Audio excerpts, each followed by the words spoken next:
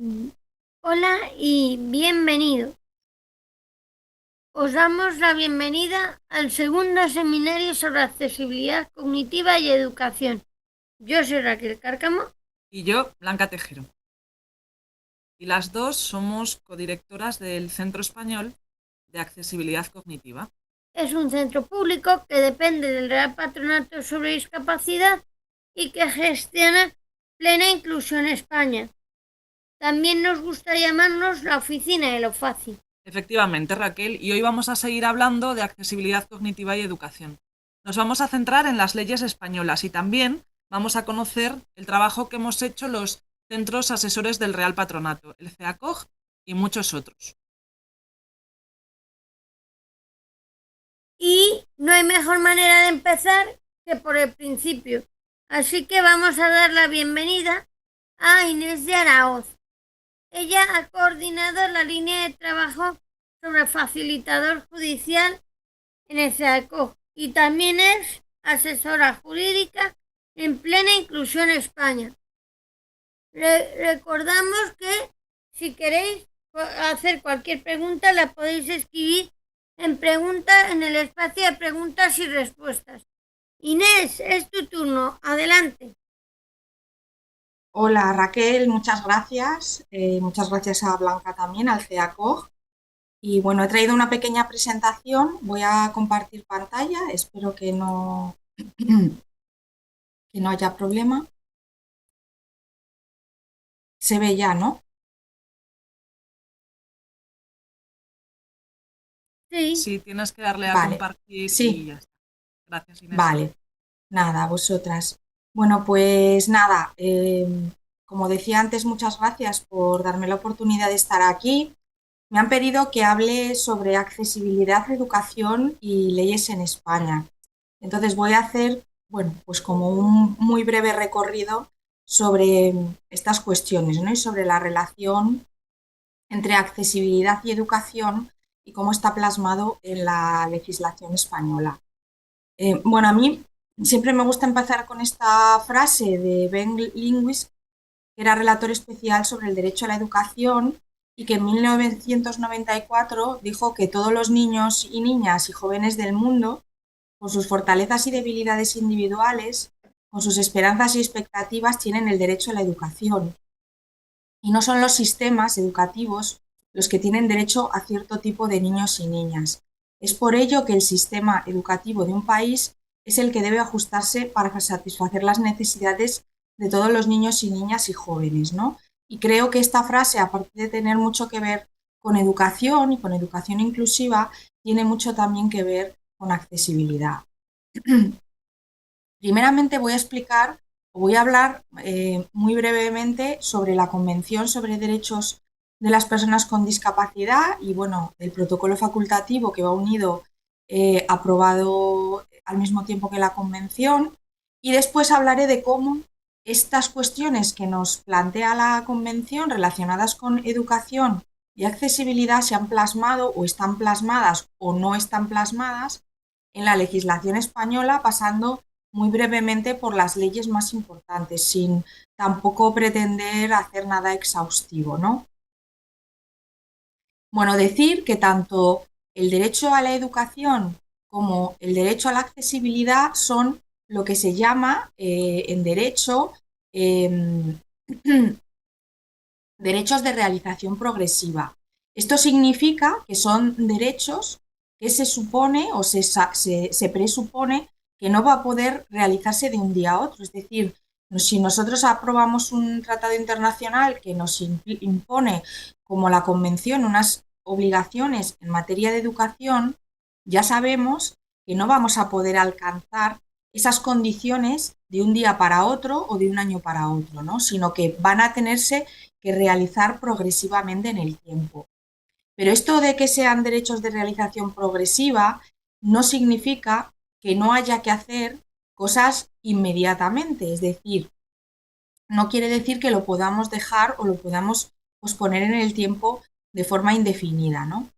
Aquí tenemos el texto de, bueno, pues de la observación general sobre accesibilidad, la número 2 del Comité sobre Derechos de las Personas con Discapacidad, que nos dice, ¿no?, que las barreras que impiden el acceso a objetos, instalaciones, bienes y servicios existentes que están destinados o abiertos al público se eliminarán gradualmente de forma sistemática y, lo que es más importante, con una supervisión continua al objeto de alcanzar la plena accesibilidad, ¿no? Esta es la idea que he comentado antes, pero el propio comité también ha dicho que los estados, parte de los tratados, de la convención en particular, están entendiendo mal esta realización progresiva, porque aunque sepamos que no lo vamos a alcanzar en un futuro inmediato, sí que el comité dice que es una obligación inmediata de adoptar medidas, eso sí, hasta el máximo de los recursos que tengamos en cada momento para lograr progresivamente esa plena efectividad, ¿no? Y que la falta de recursos, además, no puede justificar la inacción o el aplazamiento indefinido de medidas para poner en práctica tales derechos. Creo que a día de hoy, aunque ahora vamos a ver las obligaciones que hay en el ámbito educativo en materia de accesibilidad, a día de hoy creo que podemos decir que el ámbito educativo no es todo lo accesible que podría ser, y además creo que hay medidas relacionadas con accesibilidad que, bueno, pues son medidas legislativas y algunas de ellas no tienen ni siquiera por qué llevar aparejado un contenido económico, ¿no? Bueno, muy brevemente voy a pasar a explicar lo que dice la Convención sobre el derecho a la educación en el artículo 24, ¿no? Nos habla de la cláusula contra el rechazo, de que no se puede excluir del sistema general educativo a ningún niño o niña por motivos de discapacidad, y esto no es progresivo, es inmediato. Dice, y ahora vamos a hablar un poquito más brevemente de esto en relación a la accesibilidad, que todos los niños y niñas con discapacidad deben de poder acceder a primaria y secundaria en la comunidad en la que vivan, y además, para poder alcanzar esta no discriminación, es preciso hacer ajustes razonables en función de las necesidades individuales de cada persona, que se deben de prestar apoyos en el marco del Sistema General de Educación y que se deben de implementar medidas de apoyo personalizadas y efectivas, ¿no? ¿Qué es lo que dice la observación general 4 del comité cuando habla del apartado B que decía antes, de cómo, ¿no?, de que es necesario garantizar el acceso a primaria y secundaria en la comunidad en la que vivan? Pues lo que dice el comité precisamente es que para hacer efectivo el acceso a primaria y secundaria, el sistema educativo debe de tener 4 características interrelacionadas. Una es la disponibilidad, otra es la accesibilidad, otra es la aceptabilidad y la adaptabilidad. No voy a entrar, porque tenemos poco tiempo, en qué suponen las otras 3, salvo que alguien me quiera luego preguntar algo, pero me voy a centrar en lo que dice sobre la accesibilidad, ¿no? Y lo que dice el comité es que esto supone que el sistema educativo en su conjunto, no aisladamente, y esto veremos luego que tiene su importancia, en su conjunto debe ser accesible, incluidos los edificios, las herramientas de información y comunicación, los planes de estudios, los materiales educativos, los métodos de enseñanza y los servicios de evaluación lingüísticos y de apoyo. Es importante tenerlo claro, porque cuando yo ahora esté hablando de accesibilidad y los estemos refiriendo al ámbito educativo, este es el ámbito de cuestiones en las que tenemos que conseguir esa accesibilidad universal, ¿no? ¿Y qué valor tiene esto que estoy diciendo, ¿no? Porque a lo mejor os estáis preguntando, vale, bien, la convención, pero la convención es algo fuera del derecho español, es algo dentro. Bueno, pues como veis ahí tenemos una ley de tratados y otros acuerdos internacionales que nos dice cuál es el valor que tienen los tratados internacionales y en concreto también los tratados de derechos humanos, como es la convención, dentro de nuestra legislación, ¿no? Lo más alto que tenemos, lo que más vale siempre, es la Constitución, y ninguna norma puede ir en contra de la Constitución. Aquí hablamos siempre de jerarquía normativa porque las normas que están más en la base de la pirámide no pueden contradecir lo que establecen las normas que están más por encima, ¿no?, que son jerárquicamente superiores. Y como veis ahí, por debajo de la Constitución están los tratados internacionales y aquí estaría la Convención.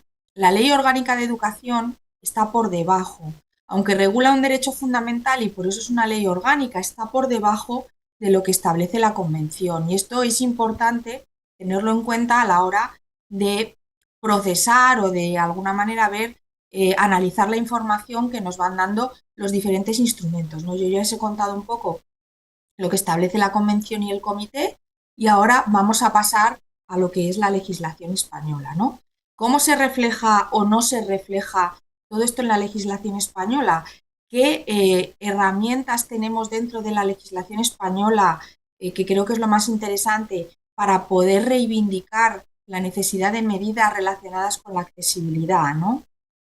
Bueno, pues por un lado tenemos la Ley Orgánica de Educación, ¿no?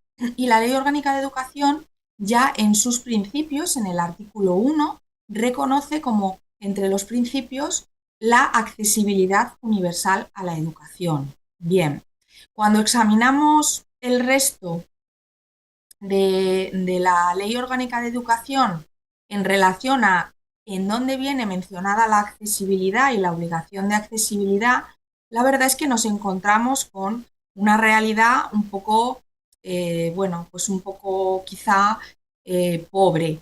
¿Por qué?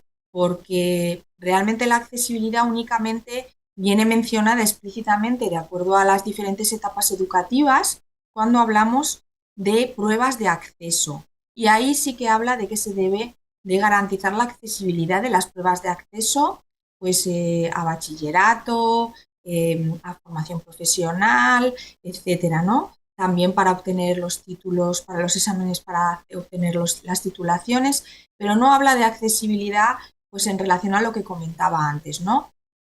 A toda la forma de evaluación, a los materiales, a los entornos, etcétera. Y también es verdad que el artículo 1 únicamente establece principios, no establece obligaciones. Es decir, el principio general debe de ser que en la medida de lo posible, pues el sistema educativo sea inclusivo, ¿no? Sea accesible, sea equitativo, pero no es una obligación jurídica como tal, ¿no?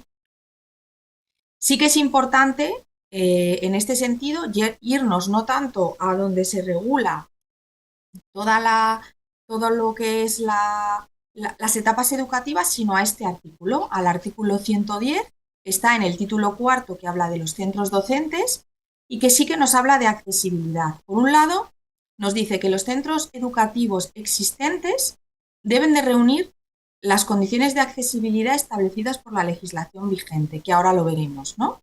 Y nos dice que si no las tienen, deben de irse adecuando a estos criterios. La Ley Orgánica de Educación sigue haciendo referencia a la Ley 51/03, pero que esta norma ya está derogada y ahora está en el Real Decreto Legislativo 1/2013, que es que luego hablaré de él, que es la Ley de Inclusión Social, ¿no? Pero bueno, nos da igual porque una referencia se sustituye por otra, ¿no? Lo importante es que sepamos que este artículo establece que los centros educativos que no reúnan las condiciones exigibles deben de adecuarse en los plazos que se establezcan a esta accesibilidad. Y el apartado 2 es más interesante todavía porque nos habla de qué tipo de medidas, ¿no? Y nos habla de condiciones físicas de los centros, incluido el transporte escolar, nos habla de condiciones tecnológicas de los centros y también de la obligación de que las administraciones educativas, ya sean territorio Ministerio de Educación o aquellos territorios donde las comunidades autónomas tengan asumidas las competencias en materia educativa, nos da igual, pero que esas administraciones educativas deben de dotar de los recursos materiales y de acceso al currículo adecuados a las necesidades del alumnado que escolariza, especialmente en el caso de personas con discapacidad y, como veis ahí, que evite la discriminación y garantice una atención inclusiva y universalmente accesible. Esta ley, la Ley de Educación, no nos define lo que es accesibilidad universal, pero ahora vamos a ver dónde se define, ¿no? Además, hay un Real Decreto interesante que afecta como vemos en el artículo 1, afecta a, son requisitos mínimos que deben de tener todos los centros docentes que impartan educación infantil de segundo ciclo, educación primaria, educación secundaria obligatoria, bachillerato y formación profesional. Y este Real Decreto tiene, como vemos aquí, algunas cuestiones relacionadas con accesibilidad. Si bien son generales, el juego de toda esta legislación que os estoy contando nos permite decir que existe un marco jurídico que exige la accesibilidad en el marco educativo, ¿no? El artículo 3 habla de los requisitos que tienen que tener las instalaciones comunes a los centros y, como veis, el apartado D habla de la obligación de todos los centros, de todas esas etapas que he dicho, ¿no? De educación infantil de segundo ciclo, primaria, secundaria, bachillerato y formación profesional, de disponer de condiciones de accesibilidad y supresión de barreras exigidas por la legislación relativa a condiciones básicas de accesibilidad universal y no discriminación. Pero, muy importante, habla luego, sin perjuicio de los ajustes razonables que deban adoptarse. Quedaros con esta palabra, con estas dos palabras, ajustes razonables, porque luego van a tener importancia y voy a intentar explicaros brevemente lo que son y cómo se relacionan con el concepto de accesibilidad. Pero bueno, importante en esta diapositiva, todos estos centros que den todas estas enseñanzas tienen que tener condiciones de accesibilidad y la la norma, habla de accesibilidad universal. No habla de accesibilidad física, no habla de cognitiva, no habla de sensorial, habla de accesibilidad universal. Y como decía antes, ¿a dónde nos vamos? ¿A dónde nos tenemos que ir para saber dónde está definida la accesibilidad universal? Bueno, pues como decía antes, la ley 51/03, la anterior Liondau, está derogada y para ver qué es de accesibilidad universal nos tenemos que ir a esta norma, al Real Decreto Legislativo 1/2013, al que muchas veces se le llama Ley General de Derechos de las Personas con Discapacidad y su Inclusión Social, ¿no? Aquí en el artículo 2, apartado K, encontramos el concepto de accesibilidad universal, ¿no? Que es una condición que deben de cumplir los entornos, procesos, bienes, productos y servicios, así como objetos, instrumentos, herramientas y dispositivos para ser comprensibles, utilizables y practicables. De aquí, ¿qué me importa? Bueno, pues que nos quedemos con que todo lo que nosotros consideramos que es accesibilidad universal debemos de trasladarlo al ámbito educativo, porque así lo establece la propia Ley de Educación y lo establece el Real Decreto del que he hablado antes, ¿no? Y nuevamente nos vuelve a hablar, presupone la estrategia de diseño universal o diseño para todas las personas y se entiende sin perjuicio de los ajustes razonables que deban adoptarse, ¿no? O sea, nuevamente, concepto de ajuste razonable. ¿Por qué? ¿Por qué lo mete ahí, no? Bueno, pues es interesante también que este Real Decreto Legislativo, en el artículo 5, nos habla del ámbito de aplicación de la ley, es decir, todas las exigencias en materia de accesibilidad que haya, es decir, ¿a qué tenemos que aplicarlos? ¿Es aplicable al derecho a la educación? Todo el contenido de este Real Decreto Legislativo 1, que tiene previsiones en relación a la accesibilidad, que tiene previsiones en relación a desarrollos normativos, que tiene previsiones en relación a un régimen de infracciones y sanciones que puede ser sancionado administrativamente cuando se incumplen las condiciones de accesibilidad. ¿Es todo esto aplicable a la educación? Pues sí, nos lo dice la propia ley, porque en el artículo 5, cuando habla del ámbito de aplicación, nos dice que todas las medidas relacionadas con la accesibilidad universal de la ley habla aquí de que se aplica a los derechos regulados en en el título primero de la ley, ¿no? Y en este título primero os he listado aquí cuáles son los derechos en los que se puede exigir la accesibilidad y como veis ahí, el derecho a la educación está también incluido, ¿no? Entonces, como decimos, seguimos fortaleciendo esos argumentos legales para exigir la accesibilidad en el ámbito educativo, ¿no? Ya tenemos la Ley Orgánica de Educación, tenemos el Real Decreto que regula las condiciones de los centros educativos que impartan casi todas las enseñanzas, y tenemos la Ley de Derechos de las Personas con Discapacidad y su inclusión social, que es la norma por excelencia relacionada con accesibilidad.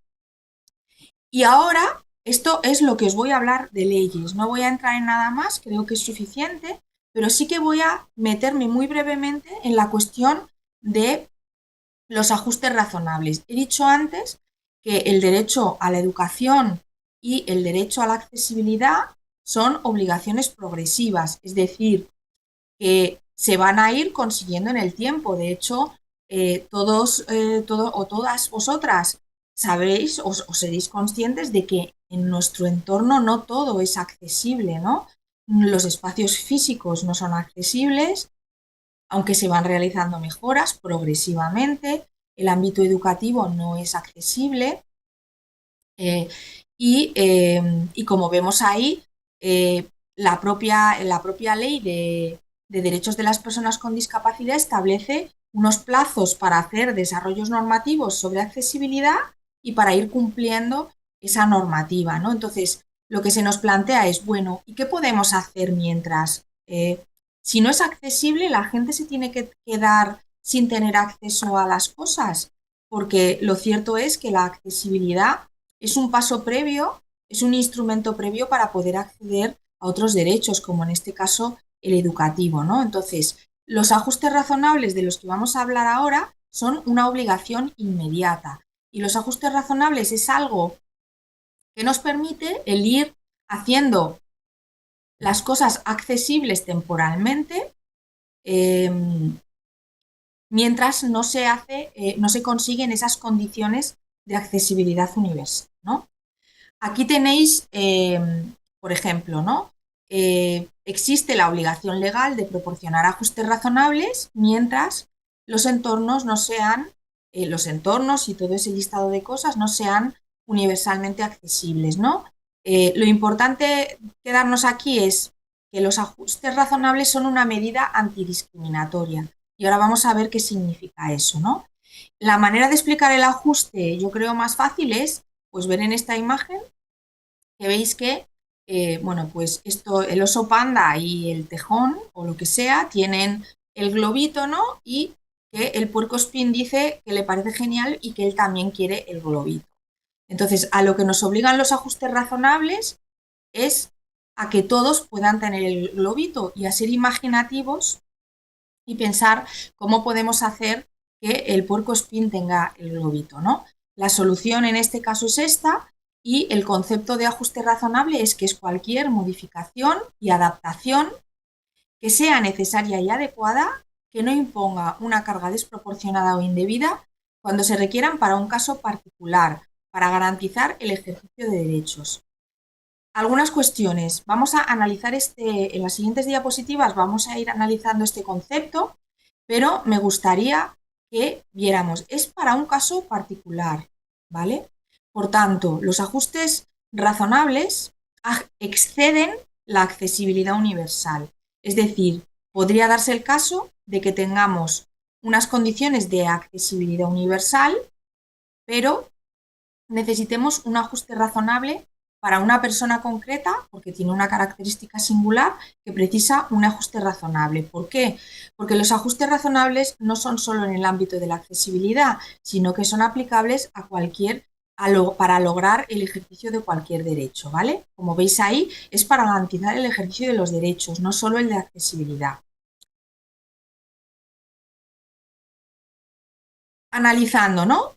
Tiene que ser ajuste y los ajustes razonables tienen que ser necesarios y adecuados. Por tanto, se debe de demostrar que son necesarios para el disfrute del derecho y que son adecuados, que son la solución más adecuada para las necesidades de esa persona y para el entorno en el que está la persona, ¿no? Y además tenemos aquí un límite, es decir, los ajustes razonables no son ilimitados, no podemos pedirnos en cualquier caso, sino que el límite es que no impongan una carga indebida o desproporcionada. ¿A quién? ¿A quién? Cuando hablamos de esta carga, ¿a quién? Bueno, pues obviamente a quien está obligado u obligada a implementar ese ajuste razonable. En este caso sería el centro educativo, ¿no?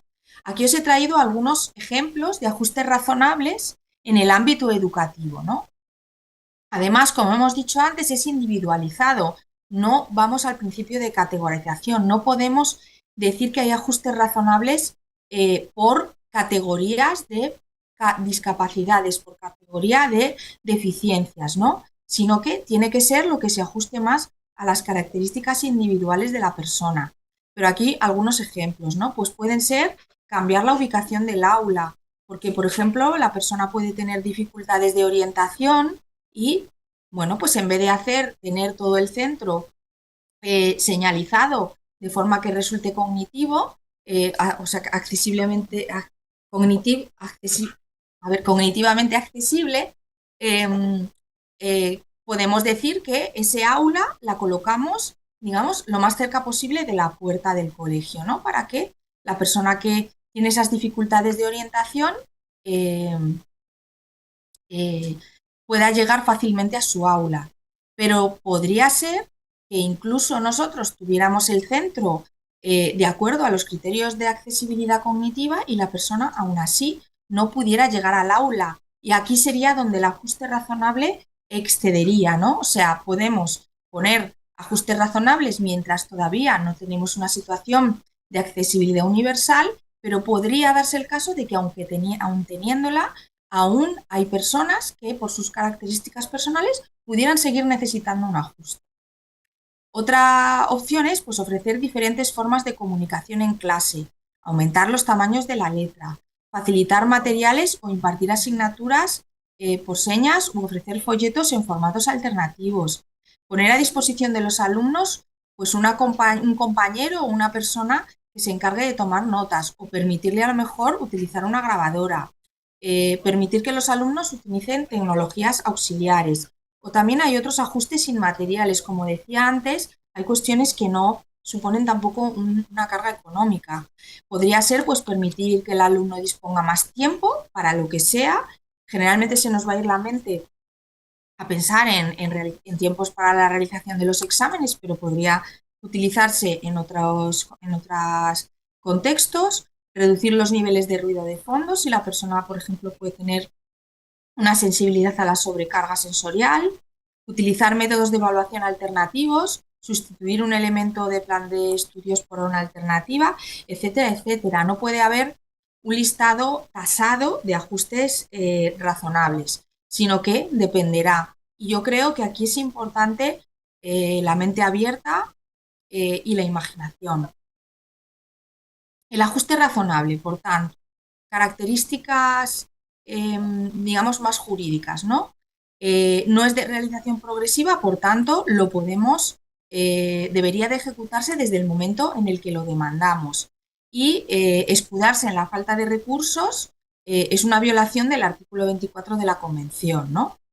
La denegación de ajustes razonables es una discriminación. Y ahí veis que pone inversión de la carga de la prueba. Vale. ¿Qué significa esto? Esto significa que si yo, Inés, necesito un ajuste razonable y se lo demando al centro educativo y el centro educativo lo deniega, yo no tengo que demostrar, Inés, que necesito ese ajuste, sino quien tiene que probar que ese ajuste no es necesario o que es indebido o desproporcionado, tiene que ser el centro educativo en este caso, ¿vale? Por eso se habla de inversión de la carga de la prueba, porque la prueba no la tiene, o sea, la carga de probar las cosas no la tiene quien lo pide, sino quien lo deniega.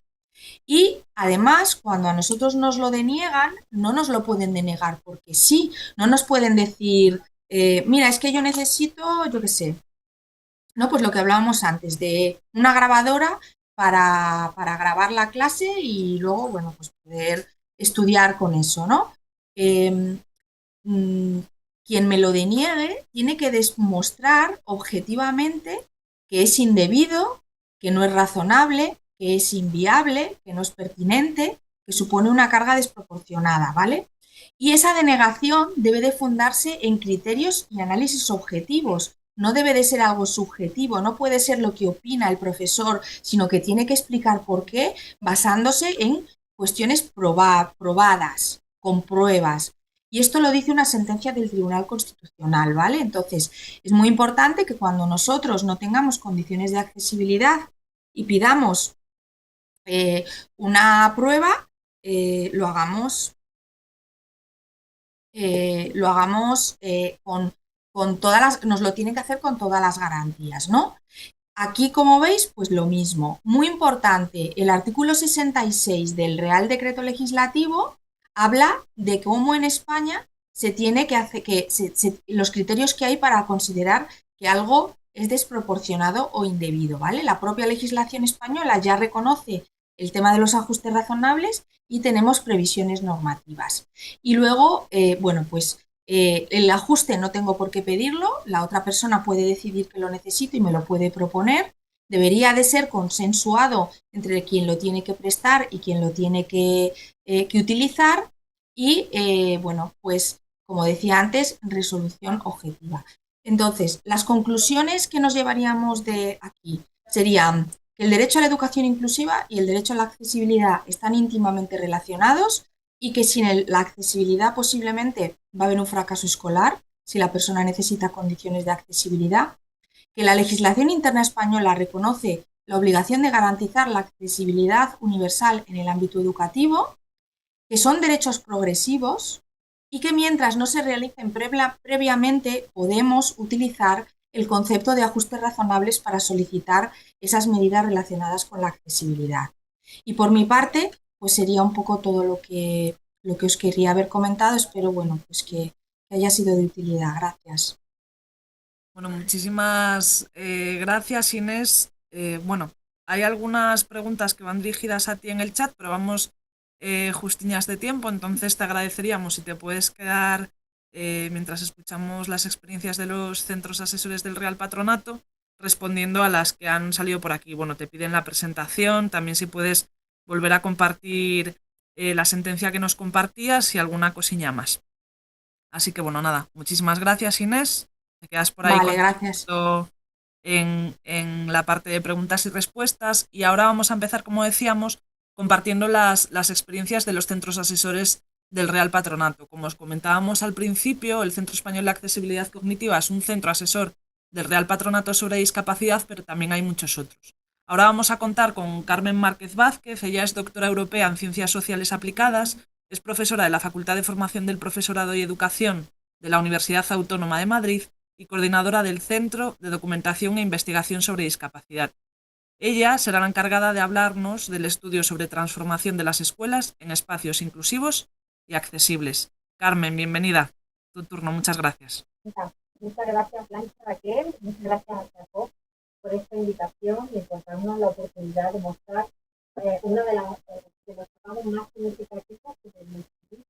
Vale, pues entonces voy a compartir la pantalla que, como decía, traigo una pequeñita presentación para hacer brevemente sobre yo diría como algunos de los elementos más importantes de este estudio que hemos elaborado durante 2023, desde el Centro de Documentación e Investigación sobre Discapacidad.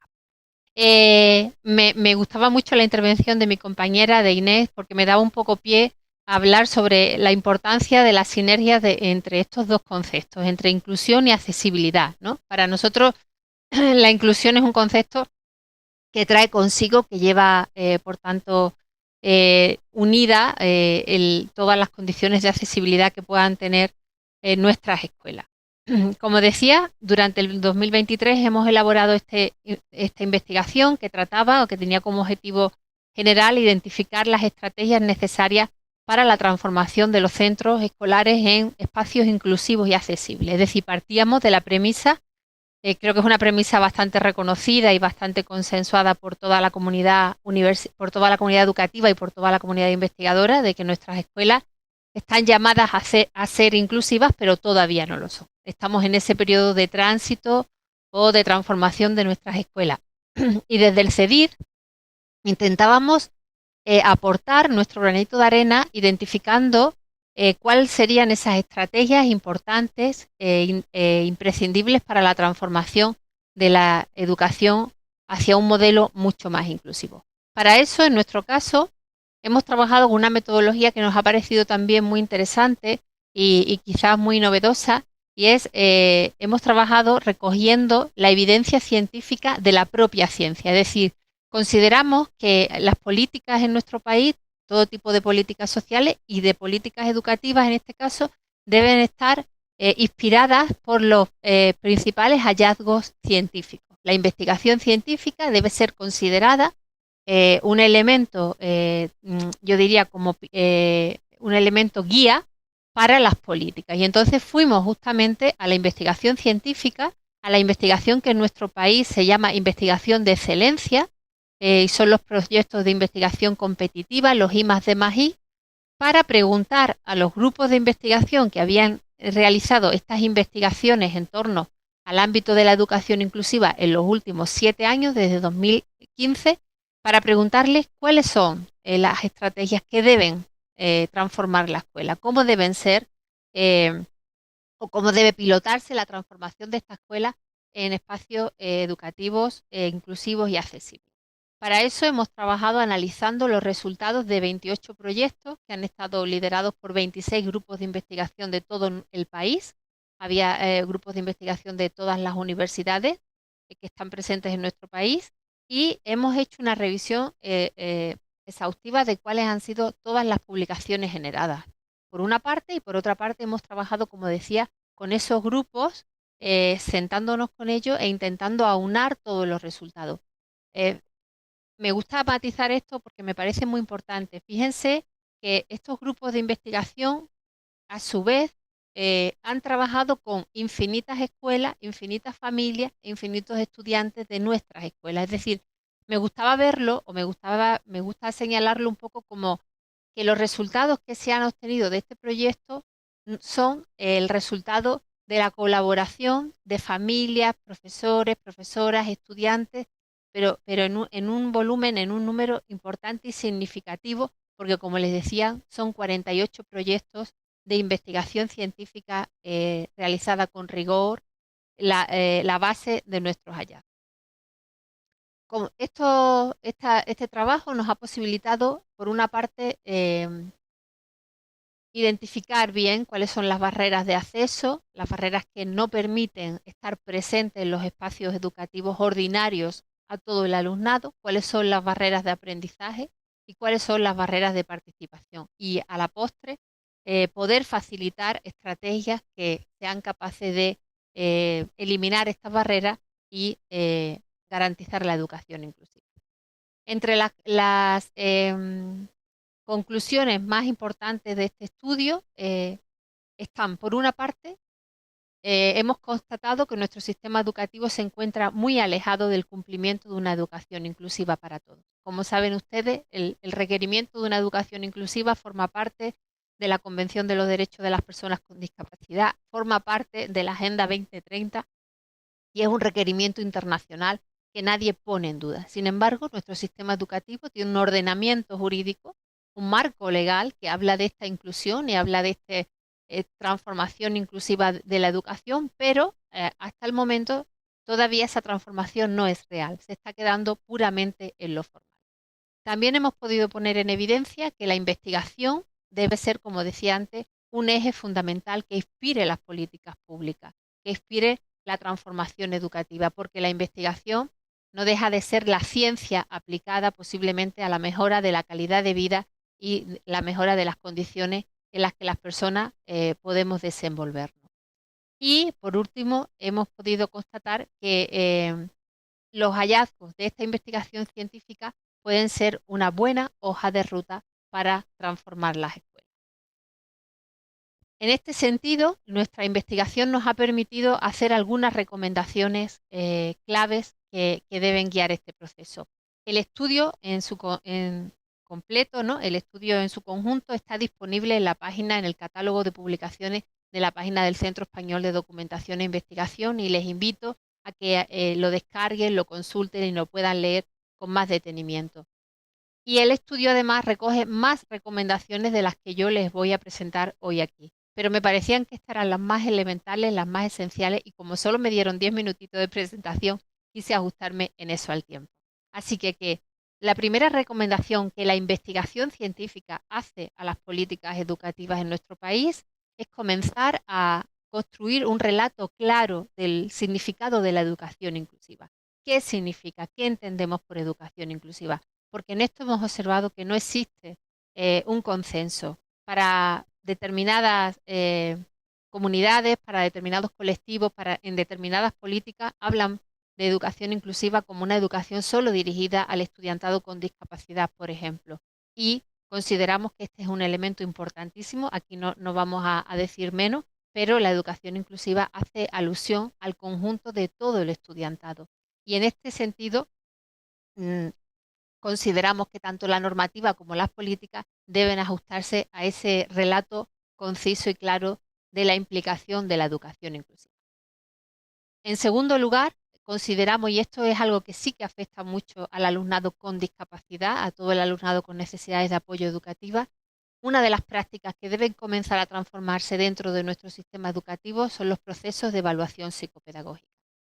Son procesos que hasta ahora están constituyendo una barrera importante y que están en muchos sentidos clasificando las necesidades de apoyo desde un modelo todavía médico, un modelo que ya también sabemos y está muy comprobado y muy constatado que termina segregando y discriminando a muchas de las personas con discapacidad. Así que proponemos reformular este modelo de evaluación psicopedagógica y avanzar hacia otros modelos que no solo consideren las circunstancias de la persona o del estudiante con discapacidad, sino que tengan un abordaje mucho más contextual de cuáles son esas barreras del entorno que lo están posicionando en una situación de vulnerabilidad y en las que también el propio estudiante con discapacidad o la propia estudiante con discapacidad y su familia tengan mucho más que decir de lo que dicen en este momento, en las que normalmente los procesos de evaluación psicopedagógica están en manos solamente de los equipos profesionales. En este sentido, y muy ligado con este proceso de evaluación psicopedagógica, también hemos propuesto o consideramos que es fundamental la reformulación del modelo de financiación que las escuelas ahora mismo o que rige la financiación de los apoyos dentro de la escuela. Como saben ustedes, la mayor parte de este modelo de financiación está relacionado con el número de estudiantes con discapacidad que forman parte, que están matriculados en un centro educativo, y consideramos que este modelo es bastante segregador y limitante. Consideramos que es mucho más operativo un modelo que aborde todas las necesidades del centro sin estar determinado por el número de estudiantes que han sido evaluados y que se ha considerado que tienen una necesidad de apoyo importante. Algo en lo que también nuestro sistema educativo debe avanzar es la puesta en marcha de programas preventivos de situaciones de vulnerabilidad de cualquier tipo.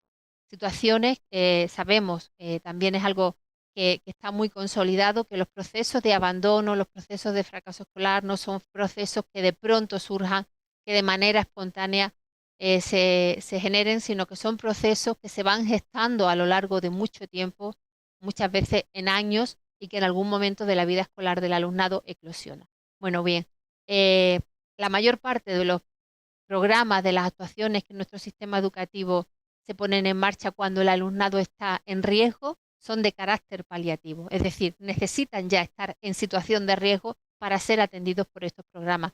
Y también sabemos que gran parte de su fracaso estriba justamente en que se actúa cuando ya es tarde.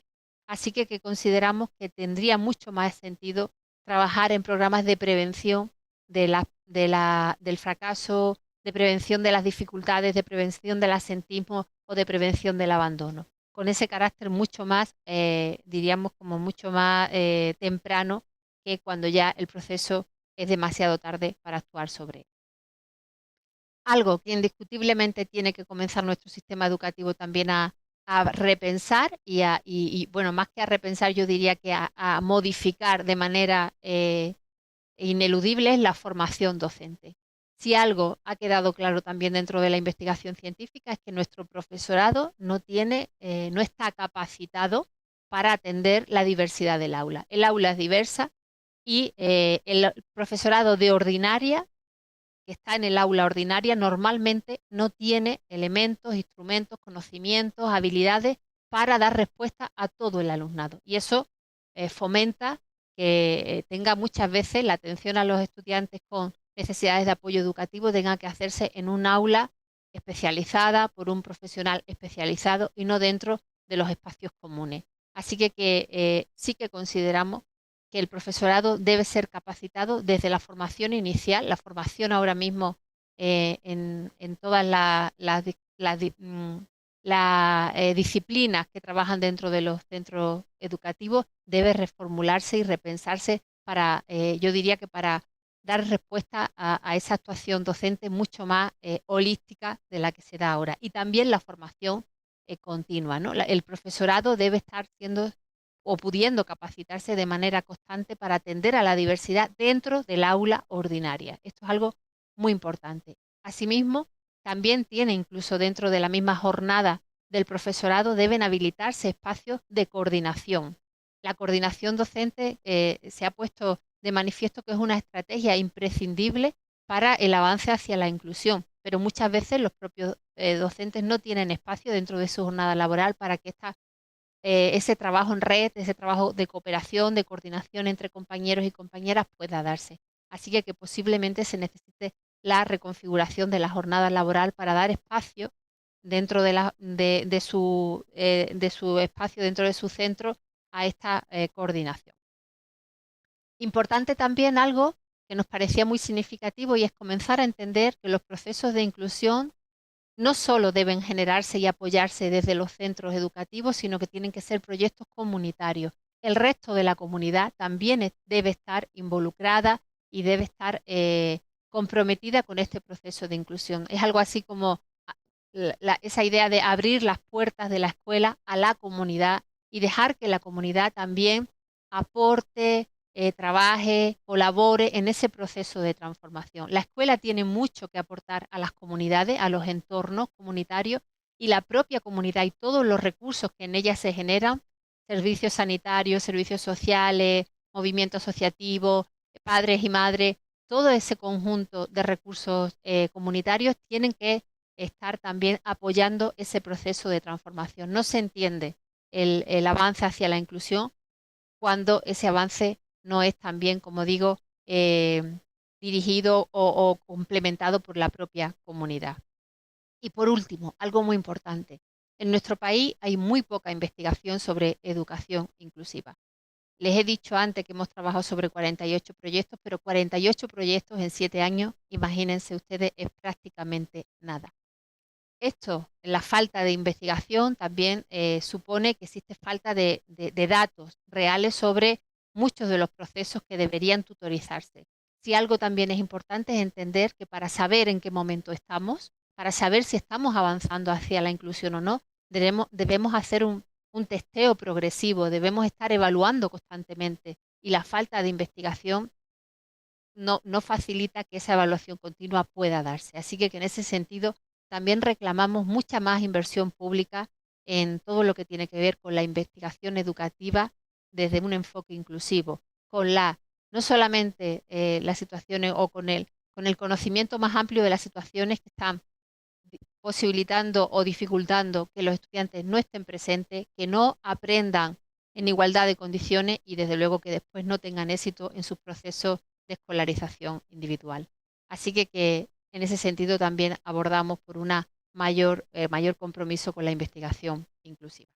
Y hasta aquí, estas son algunas de las, como les decía, de las ideas que consideraba más interesantes o claves para presentarles a ustedes, pero les vuelvo a remitir al informe completo que está disponible en el catálogo del Centro Español de Documentación e Investigación sobre Discapacidad, en el que podrán leer con mayor detalle todas estas cuestiones que brevemente he intentado abordar.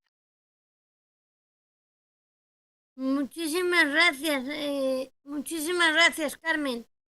La verdad es que ha sido súper interesante. Ahora vamos a hablar con el profesor José Luis López Cuadrado, que es doctor en Ciencia y Tecnología Informática por la Universidad Carlos III de Madrid. También es profesor titular del Departamento de Informática de esta universidad. Sus líneas de investigación son, entre otras, las soluciones en accesibilidad y aplicaciones para personas con discapacidad. Actualmente es responsable de desarrollo del Centro Español de Subtitulado y Audiodescripción, CESIA.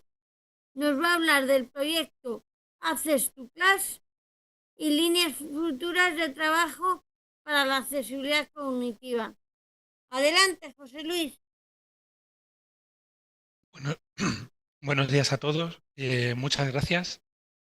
Bueno, pues como me acaban de presentar, soy José Luis López y voy a presentar el proyecto Access to Class que hemos desarrollado desde el Centro Español del Subtitulado y la Audiodescripción. El proyecto es la clase para todas para asegurar la accesibilidad en la educación. La finalidad de esta propuesta es obtener un prototipo de un portal accesible que facilite a los alumnos con discapacidad sensorial el seguimiento de las clases. Por un lado, desde el punto de vista de la educación, buscamos facilitar el acceso al aprendizaje, en aprendizaje presencial y tratando de ofrecer una flexibilidad en este acceso. Como vamos a ver un poquito más adelante, es una presentación muy enfocada a la práctica, al prototipo que hemos realizado, y de lo que se trata es de que cada alumno pues, pueda configurar de alguna manera la forma en que va a recibir estos elementos de accesibilidad. Los objetivos son precisamente esos: facilitar la accesibilidad a través de transcripciones en vivo de lo que se está hablando en la clase, facilitando también un canal de audiodescripción para si hay personas con discapacidad auditiva que puedan recibir una descripción de lo que está ocurriendo en el aula o de lo que se está presentando, y que se pueda proporcionar también una ventana de lengua de signos donde un signante pues, pueda hacer llegar la interpretación de lo que se está contando en clase. Y todo ello pues, integrado en un portal de aprendizaje. Dentro del prototipo se pueden definir distintos cursos donde se pueden incluir presentaciones, archivos y contenidos. Se pueden crear los distintos usuarios que podrán entrar en las clases y acceder a los contenidos, profesores, estudiantes y proveedores de accesibilidad, intérpretes en lengua de signos y audiodescriptores. Para cada uno de los cursos se van a poder crear distintas sesiones en vivo que representarían las clases que se van a hacer accesibles. Dentro de estas sesiones en vivo se transmite el audio y el vídeo, y a través de unos controles pues, los alumnos pueden configurar el tamaño de la transcripción, si quieren escuchar o no la audiodescripción, si se está prestando, la posición de la lengua de signos, etc. Se hace una transcripción en vivo, como habíamos comentado, de forma que durante la clase se puede ir leyendo lo que se está hablando en cada momento, y después de la clase se dispone de la transcripción. Esta medida, por un lado, beneficia a las personas con discapacidad auditiva porque pueden leer lo que está ocurriendo en la clase, pero en realidad beneficia a muchos colectivos con y sin discapacidad porque pueden acceder al contenido de la clase después. Esta transcripción se puede editar porque la transcripción automática depende de la calidad del audio y de otros factores que pueden hacer que se generen errores, con lo cual, una vez finalizada la clase, el profesor podría editar el contenido de la transcripción para corregir esos errores o puntualizar lo que fuera necesario. Y se proporciona también una interfaz de usuario accesible, interactiva y personalizada. Ahora estamos mostrando un diagrama en el cual se puede ver en la parte izquierda como profesores y alumnos pueden acceder, pues disculpad,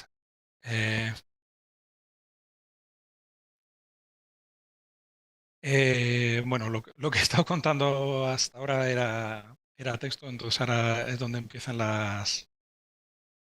los contenidos más visuales. Como decía, en este diagrama vemos un poco cómo se organiza el prototipo del sistema. En el lado izquierdo tenemos profesores y alumnos que son los que van a acceder al sistema durante las clases. El profesor impartirá su clase y el alumno recibirá los elementos de accesibilidad y podrá personalizar la visualización. En estos, tanto profesor como alumnos se van a conectar a un módulo de vista de usuario en el cual van a poder configurar la vista y bueno, pues, trabajar con la herramienta. Esta vista de usuario depende de la gestión de clases porque previamente a la impartición de la clase el profesor habrá creado la sesión e incluido el material que sea necesario y para cada una de las clases se va a generar una transcripción. ¿Vale? Que esta transcripción es la que posteriormente el alumno va a poder acceder a ella. Se ha incluido un módulo de puntuación automática, puesto que muchos transcriptores no ofrecen todavía una puntuación automática y facilita la lectura y el seguimiento de la clase.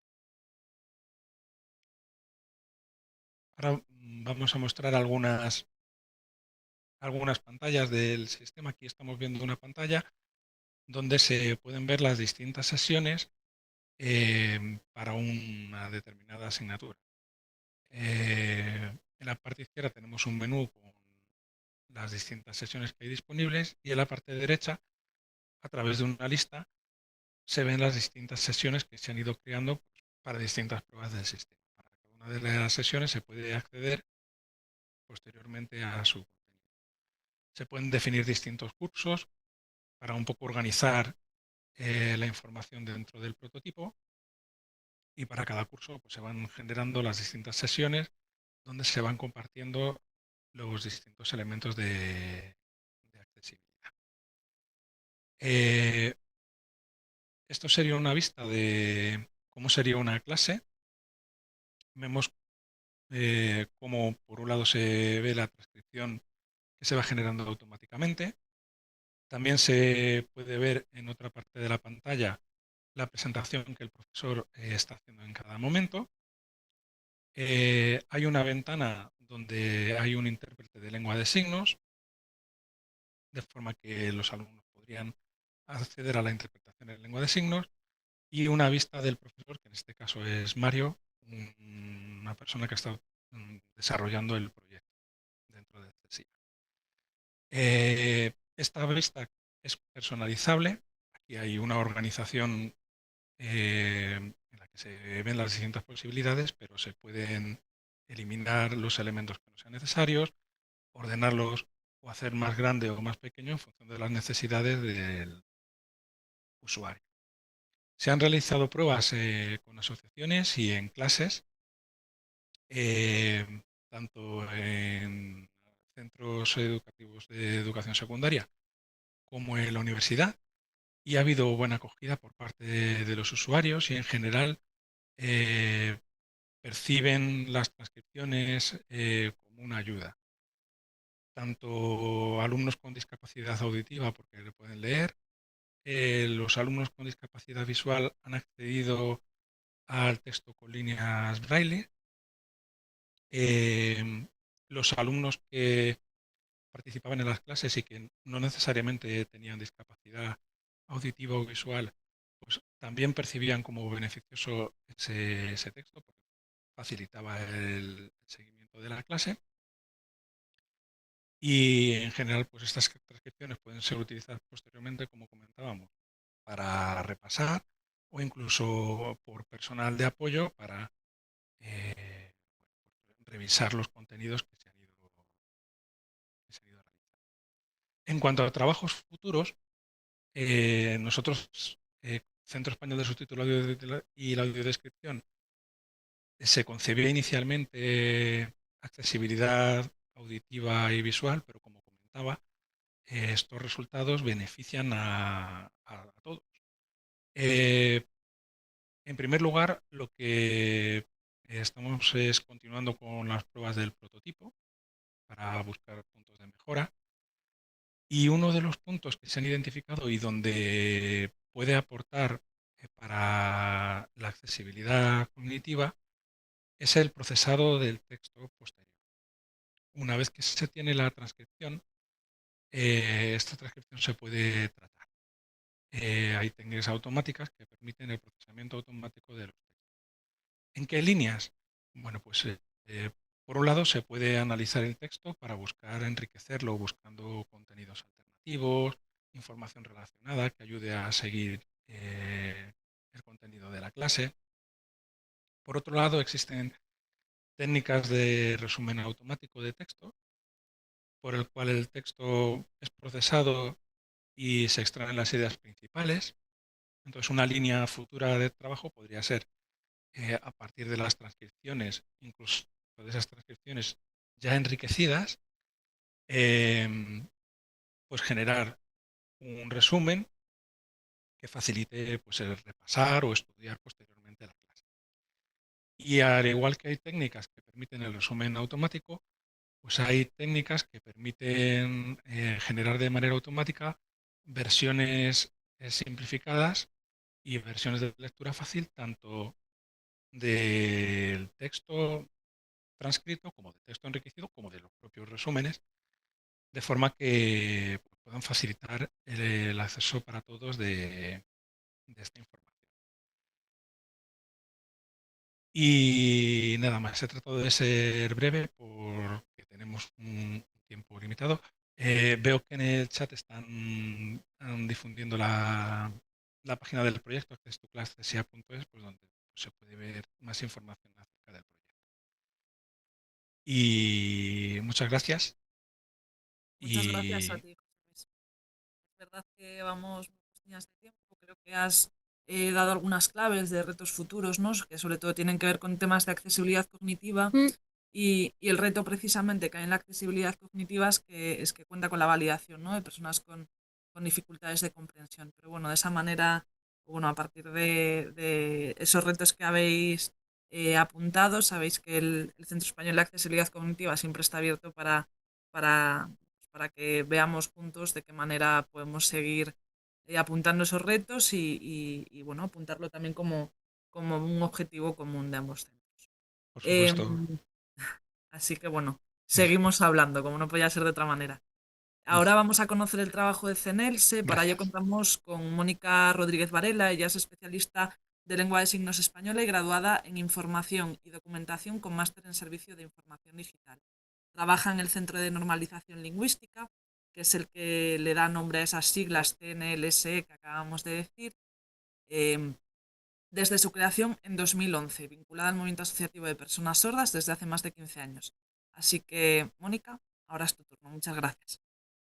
Gracias, Mónica. Hola, buenos días o buenas tardes. Se me escucha y se me ve bien, ¿verdad? Bueno, en primer lugar, agradeceros la invitación y que nos permitáis compartir el trabajo que desarrollamos en los diferentes centros asesores del Real Patronato sobre Discapacidad y poder ofrecer nuestras buenas prácticas. En nuestro caso, la accesibilidad cognitiva es fundamental. De hecho, lo trabajamos en nuestro centro a partir de la renovación de nuestra página web. Era una preocupación que teníamos desde hace tiempo la incorporación de la lectura fácil en esta web, porque muchas veces es difícil que entiendan el trabajo que nosotros desempeñamos. Y la lectura fácil también nos ayuda a todos a entender lo que estamos haciendo. De hecho, el proceso de diseño y de validación de nuestra página web también nos permitió poder organizar de manera más coherente y más adecuada la información que estaba ahí colgada. Y como decía, la validación del trabajo que desarrollábamos de la lectura fácil para nuestra página web Este trabajo que compartimos con expertos y expertas en la materia nos permitió poder aprender mucho de este aspecto y poder aplicarlo en nuestro trabajo diario. Evidentemente, si trabajamos directamente con personas expertas que nos aconsejan y nos recomiendan cómo desarrollar ese trabajo, pues evidentemente es muchísimo mejor. En todo lo que tiene que ver con nuestras presentaciones, infografías, páginas web que tenemos en nuestro centro, incluso en el glosario, ya está implícito el contar con la lectura fácil y que toda la información también sea visualmente mucho más accesible y más fácil de entender. En nuestro caso, atendemos prioritariamente a la comunidad usuaria de la lengua de signos española. Evidentemente, sobre todo a aquellas personas sordas que por cuestiones coyunturales el acceso a la educación no ha sido todo lo óptimo que se debiera. Cualquier avance que se facilite el acceso a la cultura y se facilite su entendimiento es un gran paso. Sí que queremos comentar con relación a la educación inclusiva. En este caso, a las personas sordas lo que nos interesa es la educación inclusiva y multimodal. Evidentemente, para eso es necesario que esté presente en todos los niveles educativos, se implemente la lengua de signos española.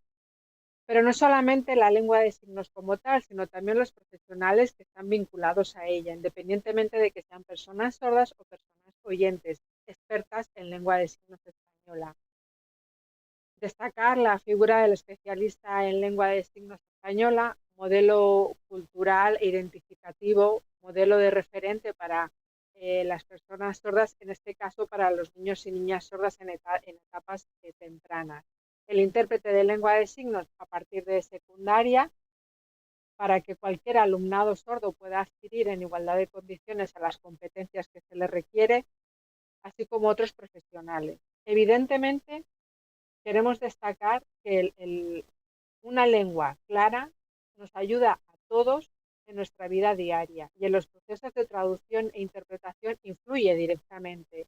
Si el mensaje que se genera no se entiende bien, eso afecta a las personas sordas, tanto si es hacia un sentido o hacia otro. Por lo tanto, la claridad de los mensajes, ya sean en texto escrito o orales, es necesario tener en cuenta esa premisa. Para nosotros, el CNELSE, así como para la comunidad usuaria de la lengua de signos, el acceso a la información y a la comunicación tiene que ser a través de la lengua de signos española, pero la accesibilidad cognitiva también nos permite analizar diferentes contextos y que muchas veces no se nos entiende y se genera una barrera. Y como habéis dicho vosotras, muy bien, y que además lo segundo, tenemos que ser la oficina de lo fácil. Esto creo que es lo que tenemos que tener en mente, todos y todas.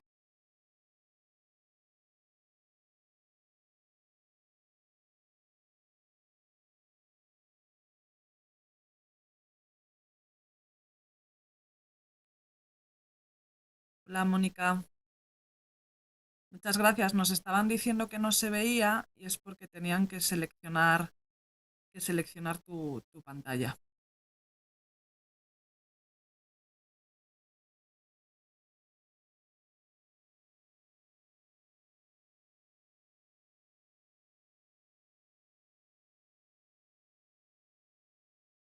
Nosotras te vemos, no sé si por el chat alguien más, bueno, nos ponían por aquí que no se ve, muchas gracias.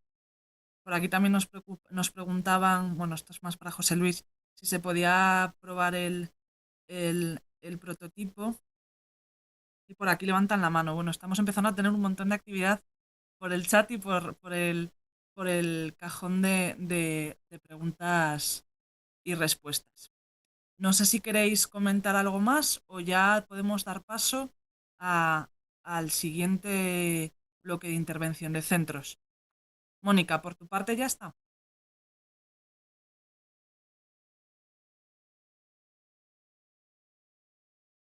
Sí, sí, estaría. Vale. Fenomenal. Bueno, pues Pues nada. sí.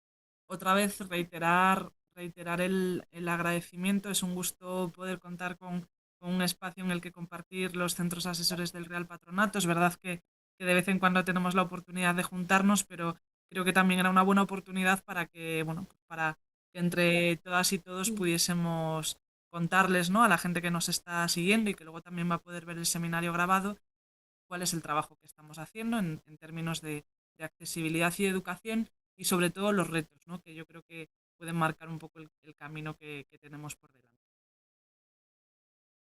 Pues bueno, muchísimas gracias, Mónica. Ahora vamos a hablar con un centro que nació a la vez que Chaco, y para ello contamos con Mar Merinero Santos.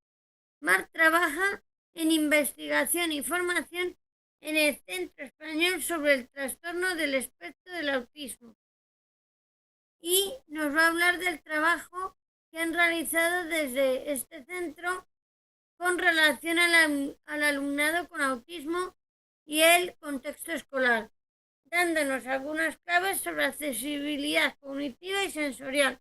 Bienvenida, Mar. Hola, ¿qué hay? Bueno, pues muy buenas tardes y muchas gracias a todos por estar ahí y a vosotros el CIACOF también por invitarnos a participar en este seminario. Voy a compartir pantalla.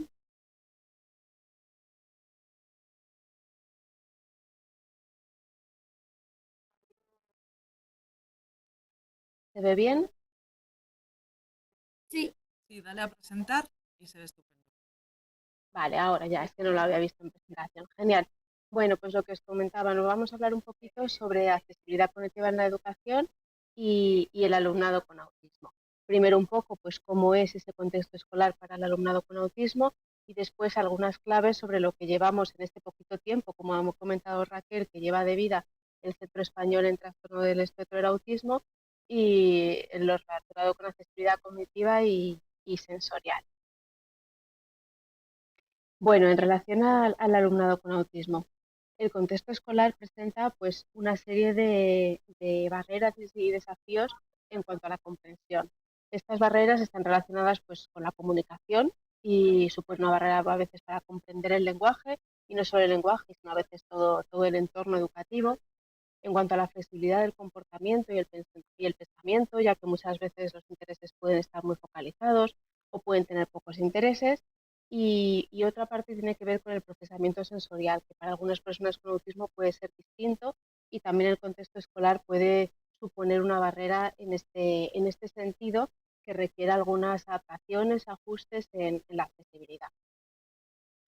Este contexto escolar hemos comentado un poco, pues bueno, características pueden tener algunas personas con autismo en relación al contexto escolar. El contexto escolar además supone mucha sobrecarga en comunicación. Todos los profesores explican oralmente, además hay preguntas, hay que hacer trabajos, ejercicios, exámenes y mucha sobrecarga sensorial también o estimular. El contexto escolar es un contexto donde hay muchos sonidos, muchas veces mucho ruido, a veces muchas diferencias de luz en las clases, en los patios, y mucho contraste a veces también de texturas. Todo ello supone un ambiente que a veces, pues para el alumnado autista puede resultar abrumador, puede resultar en no comprender lo que está pasando, no comprender lo que le están queriendo hacer llegar, en un fracaso, en un malestar y en una ansiedad, y en un querer irse de esa situación, ¿no? Entonces eso es lo que queremos evitar, ¿no? Que el contexto escolar sea más accesible y, y más amable para todos. ¿Qué hemos hecho en la cortita vida que tiene el Centro Español sobre autismo en relación a esto? Bueno, pues tenéis a disposición en la página web una guía con orientaciones generales para equipos docentes en educación primaria y secundaria. Es una guía básica con recomendaciones sencillas, pero son recomendaciones sencillas y útiles. Y algunas de ellas, muchas de ellas, van muy relacionadas con la accesibilidad en el contexto escolar. Contiene también unas infografías que pueden ser muy útiles, pues tanto para resumir un poco esas necesidades que puede tener el alumnado, como para también poderlas transmitir pues a otros profesores, a otros profesionales del ámbito educativo, incluso pues a compañeros de los alumnos con autismo, de cara a hacer el contexto más accesible. Como os digo, la guía la tenéis, podéis acceder a ella a través de la página web del centro. Y ahora, bueno, pues os voy a contar también algunas claves.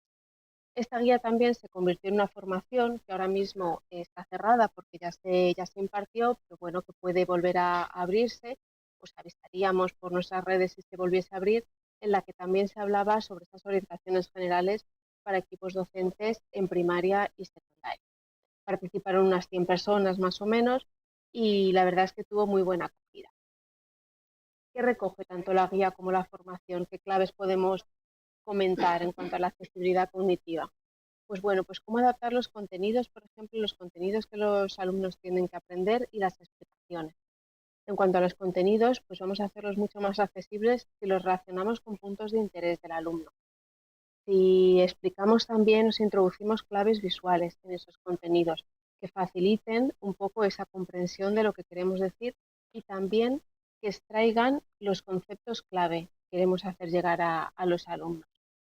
Y esas explicaciones, ¿cómo pueden ser más accesibles también cognitivamente? En un lenguaje claro, que no tenga ambigüedad y metáforas, que no tenga frases hechas o si las hacemos y las ponemos, que las expliquemos, porque con ellas pues las personas a veces con autismo pueden tener dificultad en la comprensión. Que sean unas explicaciones estructuradas, que hablemos en las aulas y en las clases de uno en uno, para que haya menos intromisión y menos barullo en las aulas. Que pongamos ejemplos muy concretos, que hagamos alusión a lo que estamos queriendo explicar de forma concreta. Que comprobemos de vez en cuando la comprensión, si está llegando a todos los alumnos, en particular a los alumnos con autismo, si está llegando lo que queremos decir o si se está teniendo una interpretación errónea. Y que facilitemos material escrito también de las explicaciones. Casi todos los alumnos tienen materiales escritos, pero si hacemos explicaciones que no contengan, que sean solamente orales, facilitar también algún material escrito para ellos. En cuanto a los trabajos, ejercicios, tareas, exámenes, es fundamental que las expectativas estén claras, es decir, que los alumnos con autismo tengan claro lo que esperamos de ellos, qué tipo de trabajo, qué tipo de ejercicio, qué tipo de resultado esperamos. Que anticipemos y usemos calendarios visuales sobre cuándo van a tener que entregar esos trabajos, cuándo van a hacer esos exámenes, que esa anticipación y esos calendarios estén accesibles, visuales, al alcance de las personas para poder comprobar de vez en cuándo cuándo van a ser. En el caso de exámenes, por ejemplo, que sean particulares, se pueden hacer simulacros, ensayos, contar cómo va a ser esta situación del examen, si van a estar todos juntos, si van a estar de uno en uno, etcétera. Que los enunciados sean cortos y de una pregunta en una pregunta, que no pongamos en un enunciado muchas preguntas, que son muy habituales los enunciados con muchas preguntas. Intentar que en la medida de lo posible en los ejercicios, en las tareas, en los exámenes que pongamos, esos enunciados sean cortos y con una pregunta en cada uno de ellos. Los expliquemos y que las personas tengan alternativas en los formatos de trabajo y en las tareas, que puedan ser en formato digital, que puedan escribirlas en un ordenador, en una tablet, porque muchas veces la escritura pues puede hacer que vayan más lentos o que, bueno, que queden menos accesibles para el resto y que para ellos sea mucho mejor hacerlos en un formato digital. Cierta flexibilidad en la entrega, que esté clara, pero que tengamos cierta flexibilidad en la entrega, no seamos excesivamente rígidos. Y que demos alternativas también en los formatos de examen. Alternativa oral, alternativa escrita en ordenador, etcétera, que no seamos rígidos en esa presentación. ¿Qué otras cosas podemos tener en cuenta en cuanto a la accesibilidad cognitiva en los centros? Pues en el aula y en los espacios comunes que haya una organización espacial clara de este entorno, bien mediante cómo estén dispuestos el mobiliario, los objetos, la finalidad de cada uno de los espacios, que tenga claves visuales que los identifiquen bien y que si es un espacio que tiene ciertas normas, esas normas estén claras y estén accesibles y visibles para los alumnos, porque va a facilitar mucho que puedan seguirlas, recordarlas y que las tengan en cuenta.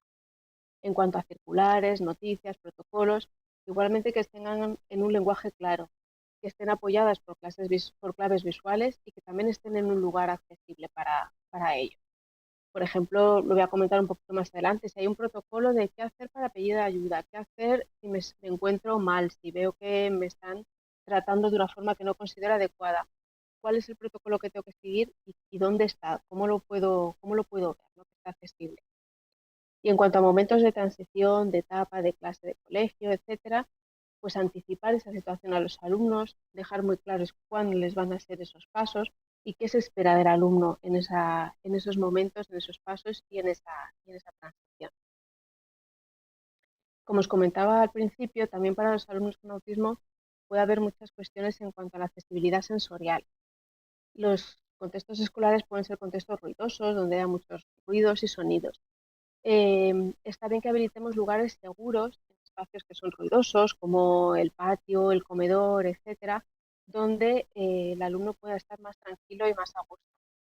Permitir entradas y salidas y transiciones en momentos más tranquilos, permitir que la entrada o la salida puede ser un poquito antes, un poco después, que la transición de clases pueda ser en el último momento donde no haya tanto barullo en los pasillos, etcétera.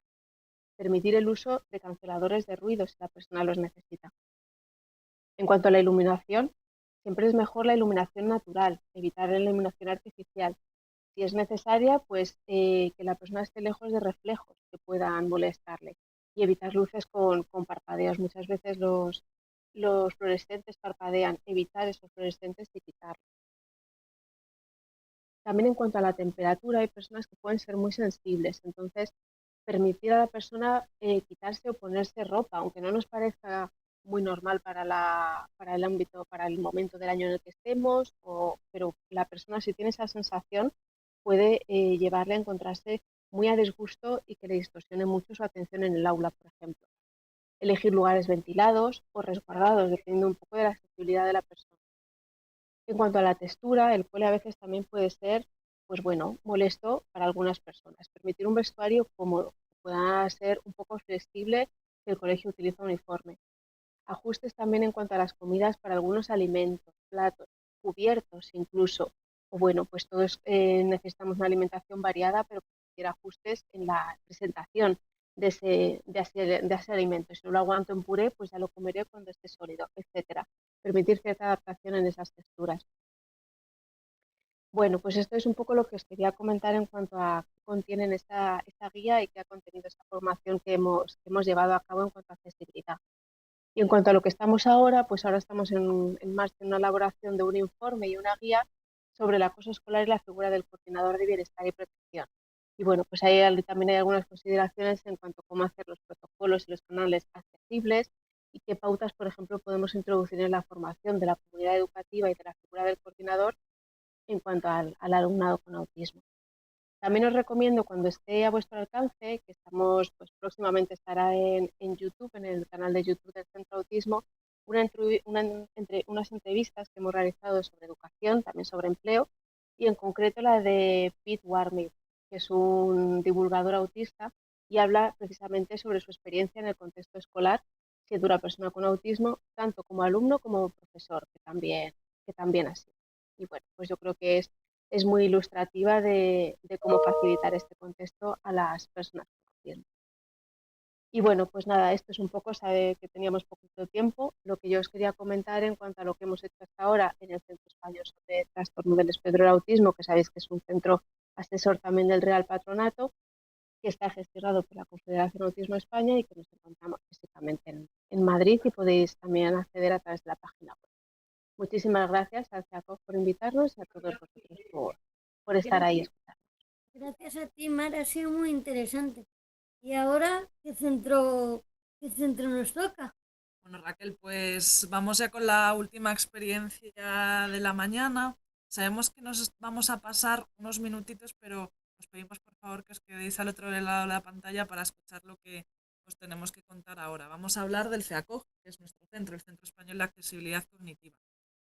Y es verdad que desde que empezamos a la vez que el Centro Español sobre el Trastorno del Espectro del Autismo, hemos hecho algunas cosas. En 2022 hicimos una encuesta abierta sobre, bueno, para preguntarle a los centros educativos cómo estaban trabajando en temas de accesibilidad cognitiva y si tenían en cuenta algunas medidas de accesibilidad. Y de ahí sacamos un informe que, bueno, podéis acceder a él con algunos datos interesantes y sobre todo nos daba pistas para saber hacia dónde teníamos que ir caminando. Además tenemos una primicia porque justo sacamos en la web dos documentos en lectura fácil, un glosario que podríamos decir que es así como una especie de diccionario en lectura fácil y una guía de acreditación de competencias. Y ya por último, y yo dejo de hablar, que ahora lo interesante es lo que nos van a contar nuestras compañeras, vamos a dar paso a Blanca Barberá, Paula Rodríguez y Teresa Ballester. Blanca y Paula forman parte del equipo del CEACOG en Comunidad Valenciana, y Teresa Ballester nos viene a contar bueno, pues qué hemos hecho, qué se ha hecho en el Colegio Jaume I de Catarroja. Así que, compañeras, adelante, bienvenidas y muchas gracias. Hola, buenas tardes a todos y a todas. Bueno, estamos aquí representantes del cole, mi compañera Paula, que forma parte del CEACOG, y bueno, dentro de las acciones que hemos hecho dentro de ese Centro Español de Accesibilidad Cognitiva, una de ellas era pues, evaluar un centro educativo. Voy a poneros una presentación para que vayamos viendo un poco, pues bueno, cómo es esta metodología de evaluar un centro educativo. Voy a poner como presentación.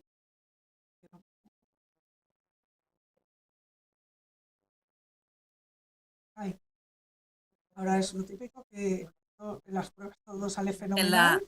En la parte de abajo, compañera, ves que aparece como una especie de línea que va de menos a más, al lado, abajo, abajo a la derecha, al otro, al siguiente, al lado. Ahí. Ahora. Gracias. Nada.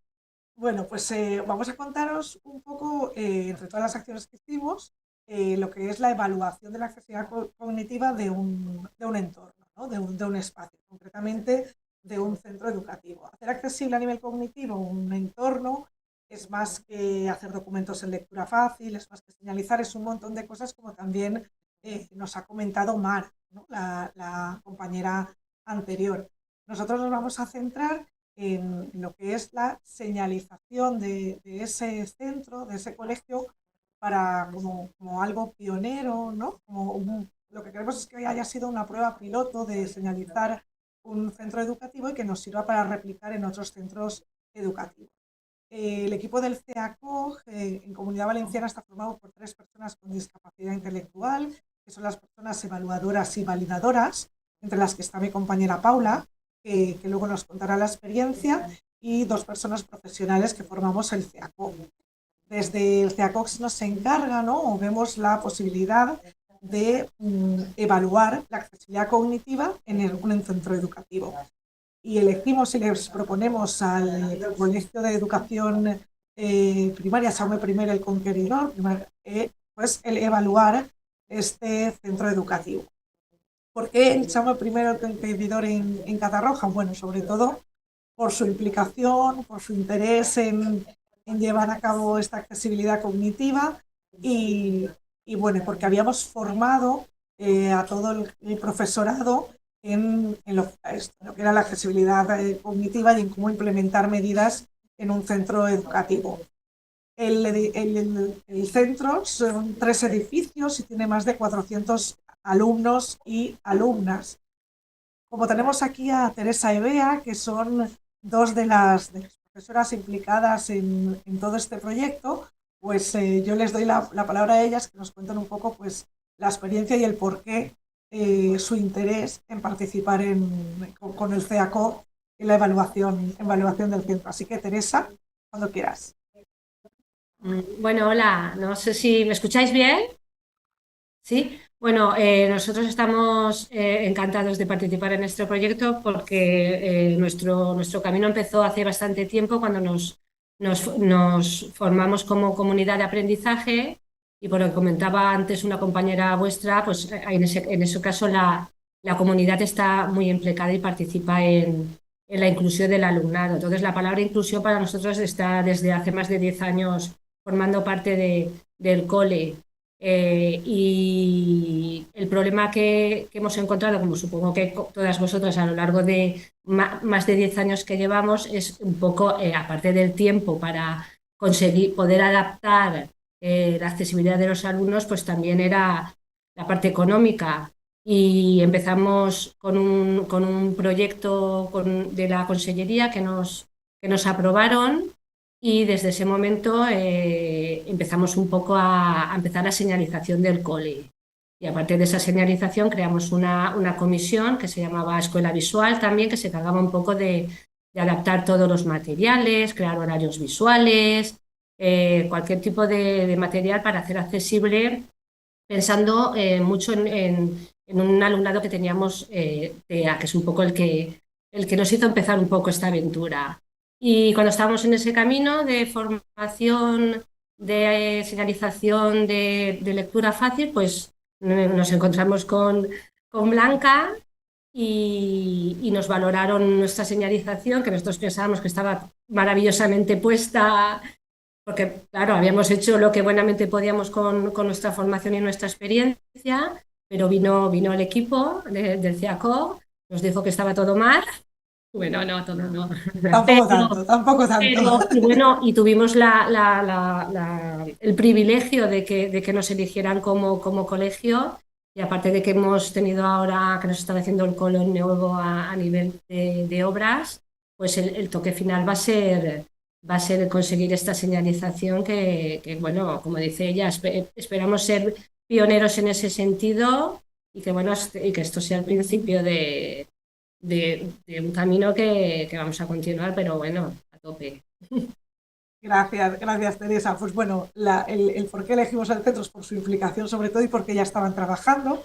Es verdad que la señalización que le hicieron buenamente, por supuesto, y a lo que tienden también muchos centros educativos es a señalizar con pictogramas de comunicación, que son los pictogramas de Arasá, con los pictogramas que sirven para comunicarse con esa gente con autismo, con las personas que tienen esa parte más de dificultades de comprensión y se trasladan a la señalización de los edificios. Sin embargo, sí que es verdad que en la metodología de evaluación de un espacio tenemos que diferenciar entre lo que son esos pictogramas de comunicación que nos sirven en esa comunicación tú a tú, en esa parte para entendernos, ¿no? Y para saber cómo hacer con las personas con esas dificultades, pero para señalizar los entornos utilizamos otros más universales, ¿no? Los de señalización. Con lo cual comenzamos el proceso de evaluación con el equipo del CEACO, que está formado por Paula, Maika y Mauri, y nos fuimos al colegio. ¿Cómo es la fase de evaluación de un centro? Pues hay una fase primero de identificación, es decir, de qué es lo que vamos a evaluar en el colegio, qué usos. Evaluamos un colegio o un centro a partir de lo que hacemos en ese colegio o en ese centro.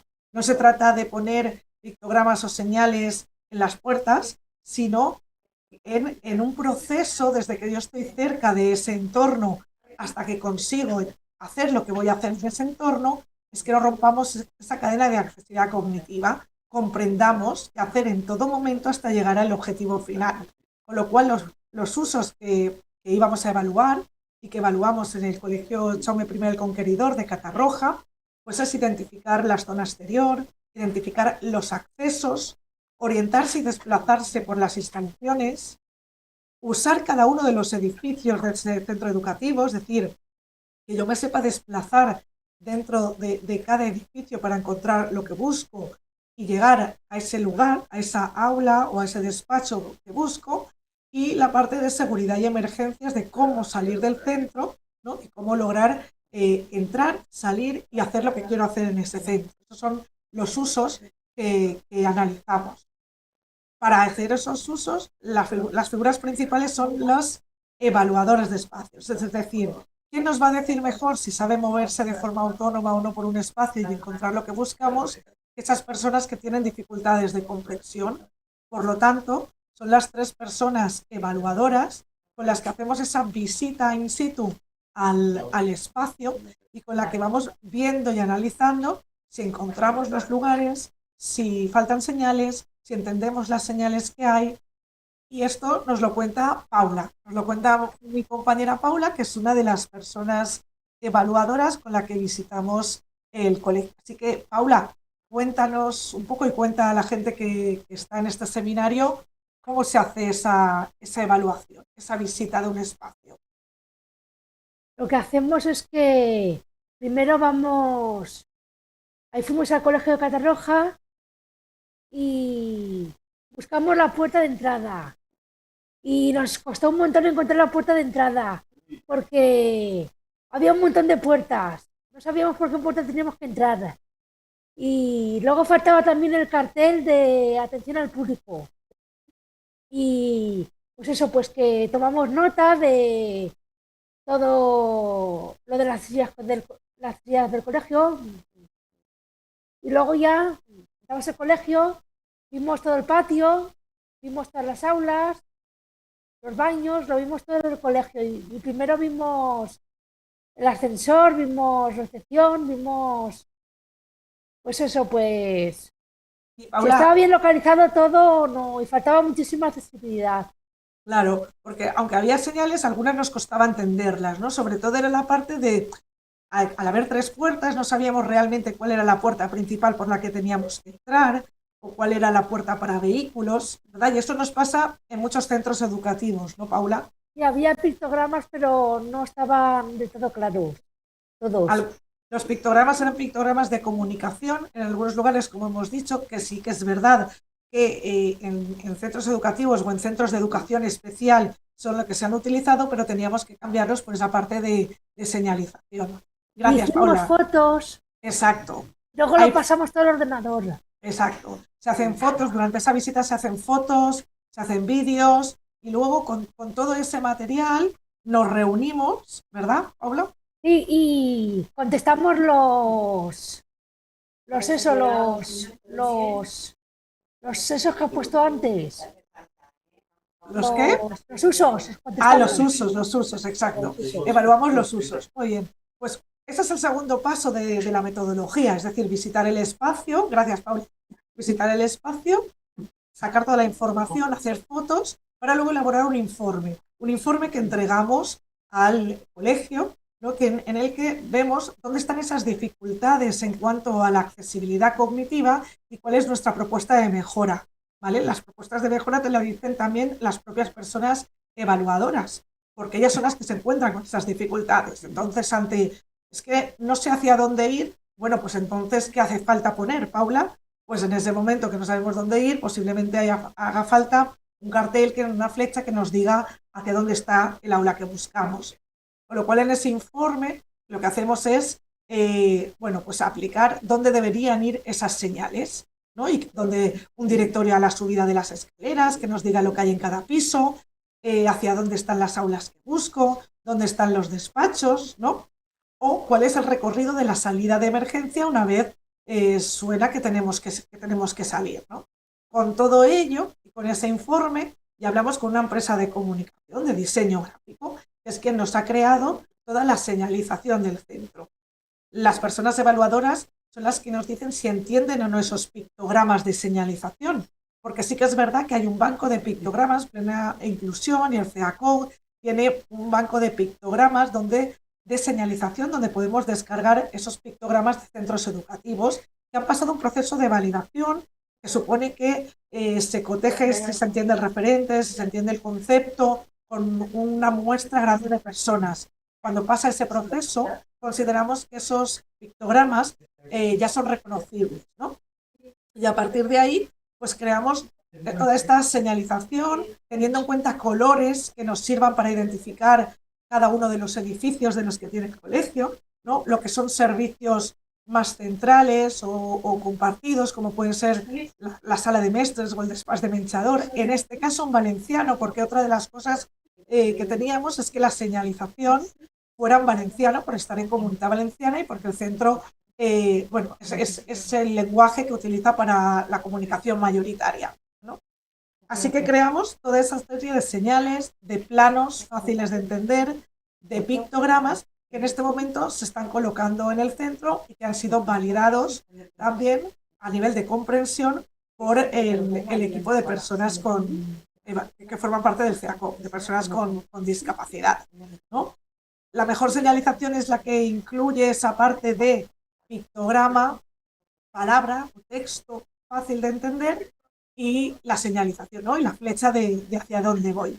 Y estamos en el proceso de colgar ya, de poner ya esa señalización para hacer el centro accesible a nivel de comprensión, adaptándonos también a la realidad propia del centro, a que puedan cambiar profesorado de un año a otro, con lo cual tenemos que crear una señalización en la que el material nos permita cambiar la foto del profesor o la profesora en función de la asignatura que de ese año, ¿no? O de que sea responsable de esa aula.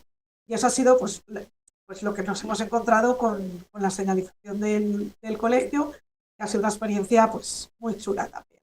Así que hasta aquí contaros un poco lo que es este proyecto, que va unido a tener un manual de recomendaciones sobre cómo señalizar los colegios para hacerlos accesibles a nivel cognitivo, un banco de señales que puedan utilizar los coles y que se puedan descargar. O sea que el proyecto pretende ser mucho más ambicioso para que llegue al máximo número de coles posibles. Y ya está. Pues muchas gracias, Blanca, de Blanca a Blanca.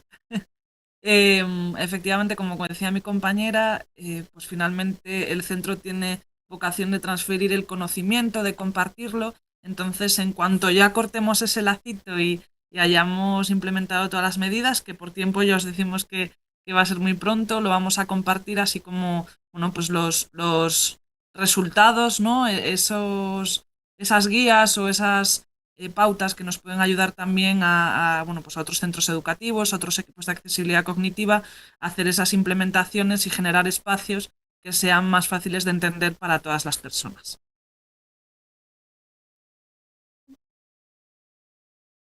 Raquel, ¿quieres despedir tú? Bueno, pues muchas gracias a todas las personas que nos habéis acompañado y que además habéis compartido el trabajo que habéis hecho desde los centros accesorios, vamos, que hemos hecho. Y bueno, pues además ha sido un placer escucharos. Y bueno, por nuestra parte, pues poco más que añadir. Agradecer a todas las personas que nos habéis acompañado también a través de la retransmisión en directo.